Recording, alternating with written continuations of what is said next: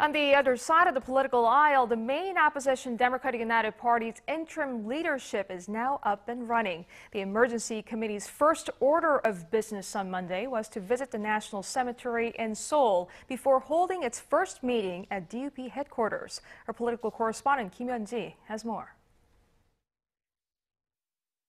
The DUP's Emergency Committee kicked off on Monday with a visit to the National Cemetery and the grave site of former President Kim Dae-jung. More than 100 DUP officials, including the interim leadership, solemnly bowed on their knees as a way of apologizing to the public for losing the presidential election. They also paid a visit to Lee Hee-ho, the wife of former President Kim. He founded the opposition party and was the first opposition leader to be elected president of Korea.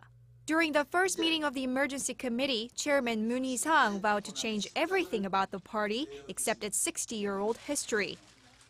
A day earlier, Moon announced his picks for the emergency leadership, which will lead the party until its next national convention.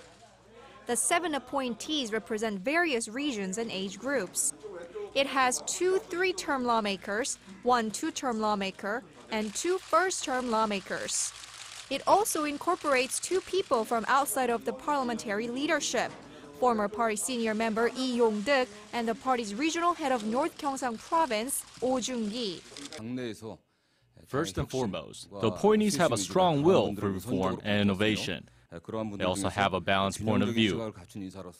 Moon said the interim leadership will focus on analyzing the reasons for the DUP's loss in the presidential election, so the party can be more successful the next time around.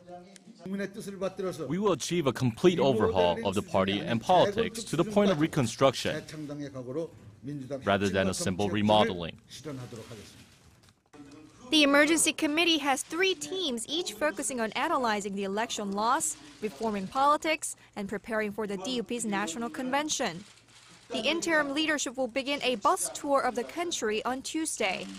They will travel around the nation to offer apologies to DUP supporters for losing the presidential election and gather public opinions on how the DUP should go about reforming the party. Kim Yeon-ji, Arirang News.